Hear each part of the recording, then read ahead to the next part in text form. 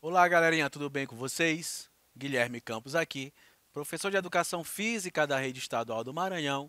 E nessa aula de hoje, nosso projeto Fique em Casa Aprendendo, nós iremos finalizar essas aulas de princípios do treinamento esportivo. Já trouxe vários princípios aqui para vocês. Falei do princípio da sobrecarga, princípio da adaptação, princípio da continuidade, princípio da especificidade, princípio do volume versus intensidade. E hoje nós iremos finalizar aqui com o princípio da reversibilidade. Então, a aula está organizada assim: treinamento esportivo, princípios do treinamento esportivo. Aí eu vou falar do princípio da continuidade, princípio da reversibilidade, princípio da manutenção, princípio da conscientização, princípio da inter-relação, princípio da saúde e trouxe aqui duas questões para nós resolvermos. Então, treinamento esportivo, vamos relembrar, é entendido como sendo um processo de adaptação a estímulos externos, racionalmente organizados para alcançar um objetivo concretamente definido.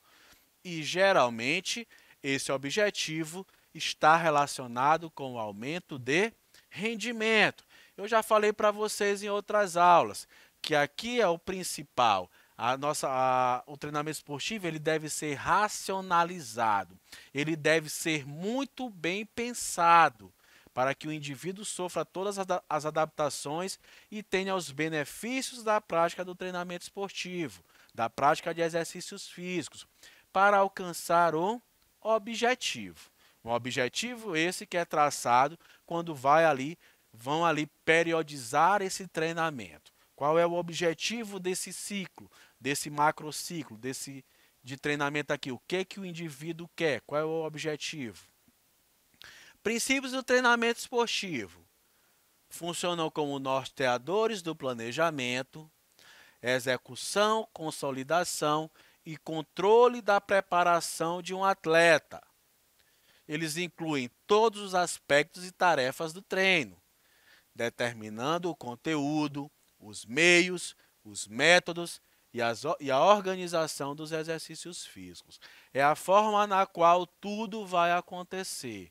É a forma na qual o indivíduo vai ter que respeitar esses princípios para ele atingir aquele objetivo principal do treinamento esportivo, certo? Então, é através dos princípios que determinam seu conteúdo, os meios e os métodos, a organização dos exercícios físicos. Aí os princípios do treinamento esportivo. Nós já falamos da individualidade biológica, sobrecarga, especificidade, continuidade. Eu pulei reversibilidade, que é a aula de hoje. Falamos sobre volume, intensidade, variabilidade e hoje nós iremos falar também sobre a inter-relação. Princípio da continuidade. Nós até já vimos isso. Este princípio está intimamente ligado ao da adaptação, pois a continuidade ao longo do tempo é primordial para o organismo progressivamente se adaptar. Aí eu mostrei para vocês, eu disse para vocês que é importante que o indivíduo ele tenha continuidade no seu processo de treinamento para que ele sofra todas as adaptações. Falei para vocês das adaptações agudas e principalmente das adaptações crônicas, que são essas adaptações crônicas, que são as adaptações morfofuncionais, que vão trazer todos aqueles benefícios para o indivíduo, que vai melhorar de fato a sua saúde, que vai melhorar o seu rendimento.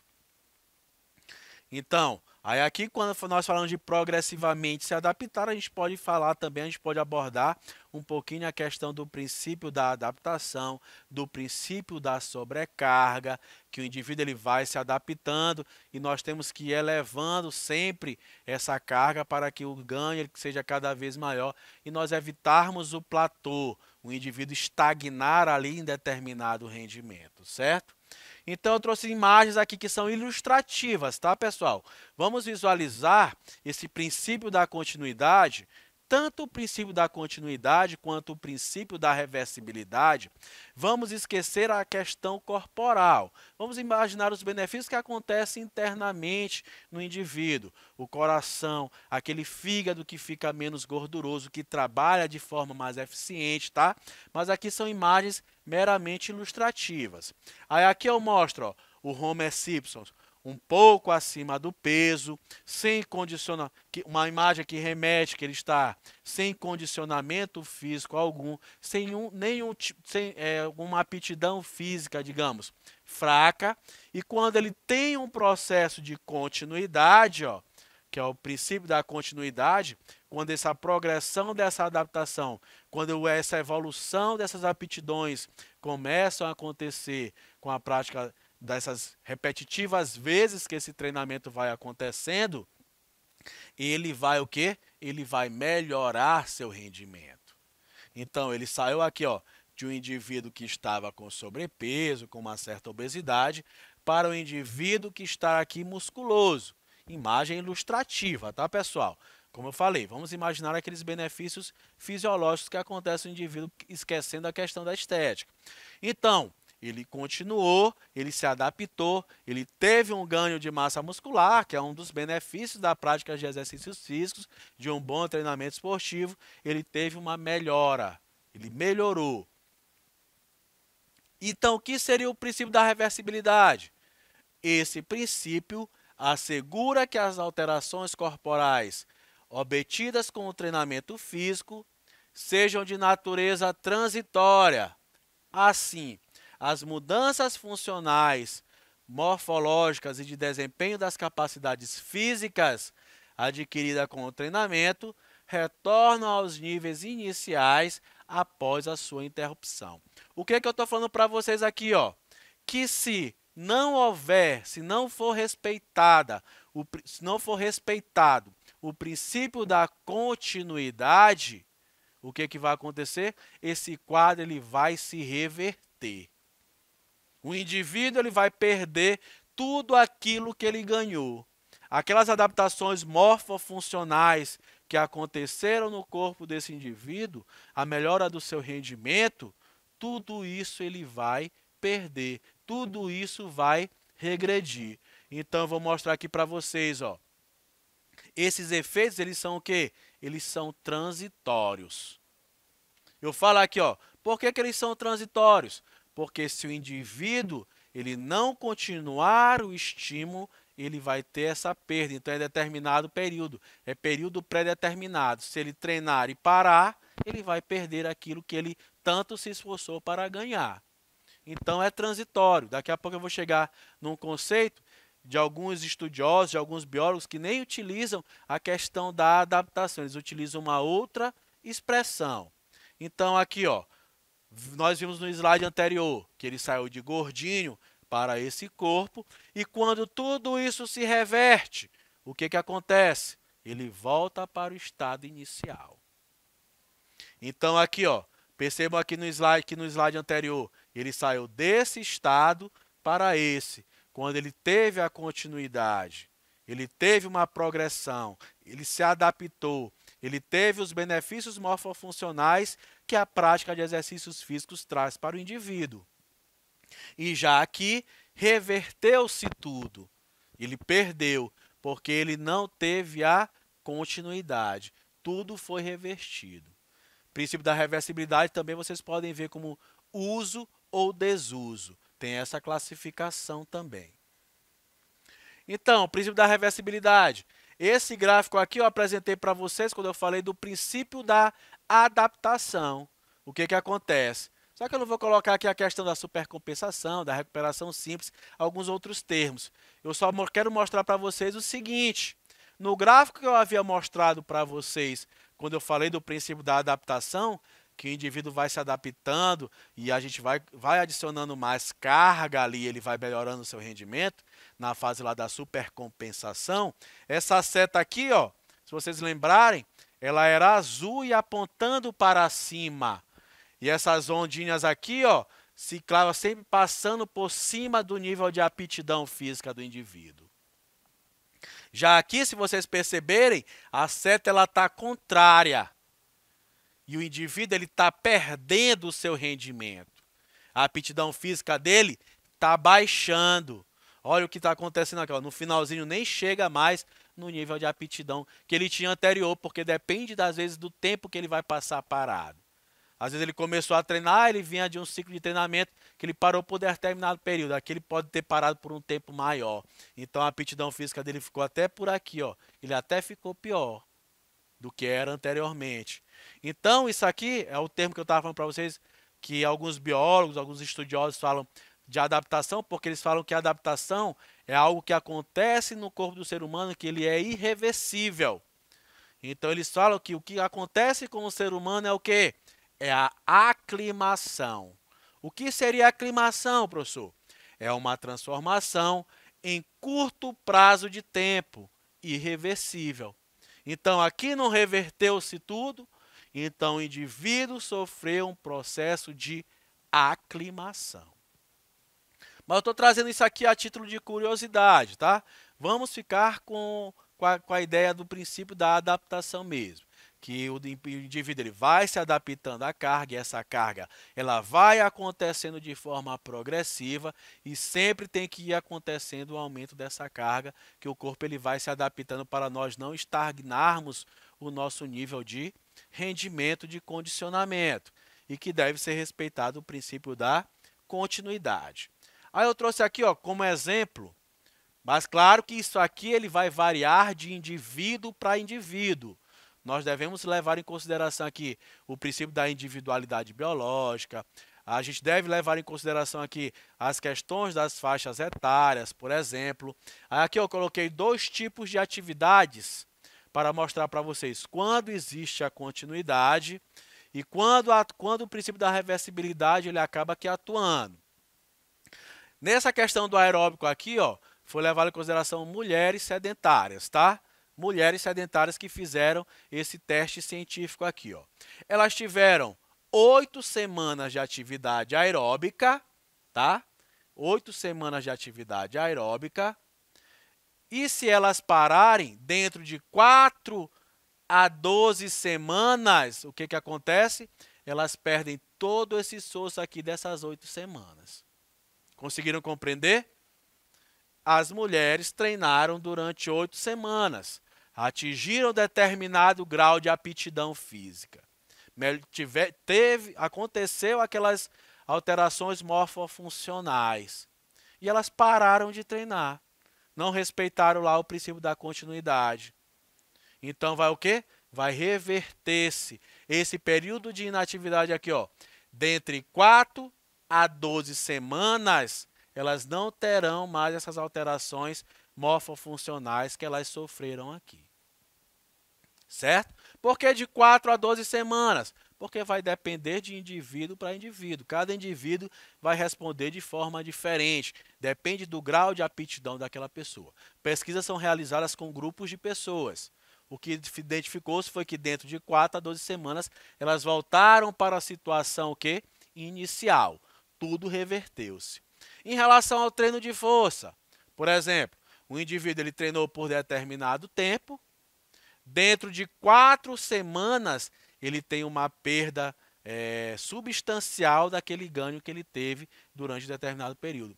Então, dentro de 4 semanas, ele já começa a ter perda dessa capacidade física que é a força. Assim acontece com todas as outras capacidades físicas do indivíduo, com a flexibilidade, com a resistência muscular localizada, com a resistência cardiorrespiratória, com a questão da coordenação motora, agilidade, velocidade. Tudo isso ele vai perdendo quando ele vai deixando de usar. O princípio da reversibilidade ele vai atuar. Princípio da manutenção. A manutenção da aptidão física pode ser mantida por um curto intervalo de tempo, mesmo reduzindo o volume e a frequência de treino, desde que a intensidade seja mantida. O princípio da manutenção tem um pouquinho a ver ali com o princípio da continuidade. É importante o indivíduo ele ter a manutenção do seu nível de aptidão. Aí o que acontece aqui? Ele fala aqui, ó, que mesmo que reduzindo o volume e a frequência de treino, desde que a intensidade seja mantida. Isso aqui está muito atual. Fala muito desses treinos HIITs que acontecem aí, que são treinos intervalados de alta intensidade, que o indivíduo realiza ali em 4 minutinhos. Existem os protocolos Tabata, que é de 4 minutos, o indivíduo tem um gasto energético elevado. Mesmo sendo só 4 minutos, quando ele aplica uma intensidade muito grande. Professor, só 4 minutos? Lembra que eu falei para vocês do princípio do volume versus intensidade? Quando a gente aumenta o volume, a gente diminui a intensidade. Nos HIITs, nesses treinamentos intervalados, eles são de alta intensidade. Então, o volume tem que ser baixinho. Então, aqui o volume é apenas de 4 minutos. Princípio da conscientização. Esse aqui é bem importante. Engloba não só a realização do exercício, mas também a compreensão dos verdadeiros motivos de sua aplicação. Assim, o atleta, quando consciente a respeito do motivo pela qual vai treinar e dos benefícios que o treinamento pode proporcionar. Então, esse princípio da conscientização fala que quanto mais um indivíduo tiver consciente do que ele está fazendo, como ele está fazendo e para que vai ser aquilo, ele vai ter a sua motivação elevada, ele vai manter a sua motivação. Quando eu falei de motivação para vocês, foi em qual princípio? No princípio da variabilidade também eu falei de motivação. E o indivíduo motivado, acontece o que com ele? Ele otimiza os seus resultados, ele eleva os seus resultados. Então, esse é o princípio da conscientização. Princípio da inter-relação. Esse aqui eu falo em todas as aulas para vocês, eu falo desse princípio para vocês. Está bem fácil para vocês entenderem. Podemos certamente concluir que somente com o conhecimento de todos os princípios é possível realizar um treinamento ideal e eficaz. Provavelmente, a excelência em treinamento deve estar acompanhada do profundo saber de todos os princípios, além de mais outros tantos tópicos do treinamento esportivo. A excelência só será atingida se houver a inter-relação perfeita entre todos estes saberes e, respectivamente, aplicações. Eu falo aqui, ó, da inter-relação perfeita. Eu devo sempre levar em consideração outro princípio quando eu for aplicar o outro. E eles estão sempre muito conectados. O indivíduo ele tem que ter conhecimento desses princípios quando ele for planejar, quando ele for periodizar o treinamento de determinada pessoa. Princípio da saúde, esse é bem importante. O princípio da saúde sugere que o exercício físico deva, além de proporcionar melhora do desempenho, promover saúde e qualidade de vida do praticante. Então, fala aqui, ó, melhora do desempenho, promoção de saúde e qualidade de vida, tá? E eu circulei de verdinho aqui, ó, do praticante, para fazer o quê? A diferenciação entre um atleta profissional e um indivíduo, digamos, que pratica algum tipo de atividade de esporte, algum tipo de atividade física, mas como lazer. Coloquei aqui, ó, um praticante, coloquei até uma imagem minha. Eu gosto de praticar corrida, porém, eu sou diferente de um atleta profissional. Por exemplo, o Usain Bolt. O Usain Bolt, ele tinha um objetivo, que era o quê? Alta performance. A minha é o quê? A minha prática aqui, ó, é buscando o quê? Buscando saúde e qualidade de vida. É diferente. Então, esses princípios, eles podem e devem ser aplicados para indivíduos também normais, quando vai montar uma série de treinamento para qualquer pessoa. E vamos resolver aqui uma questão rapidinho. Qual princípio diz que o atleta, quando ciente do motivo pelo qual vai treinar e dos benefícios que aquele tipo de treinamento pode proporcionar, realiza o treinamento com mais eficiência e, consequentemente, obtém resultados expressivos? Princípio da especificidade. Princípio da especificidade fala daquela questão de de um indivíduo que ele treina para a corrida, ele deve treinar a corrida para ele melhorar a sua corrida. Princípio da sobrecarga, já falei para vocês, é quando o indivíduo ele vai aumentando a sua carga de treinamento. Princípio da manutenção, é para que ele não perca aquelas capacidades, aquele nível de aptidão que ele já alcançou. Então, já foi comprovado que se ele executar alguns movimentos com intensidade, ele vai pelo menos manter. Princípio da variabilidade, variar os treinos. E a resposta correta aqui é o princípio da conscientização.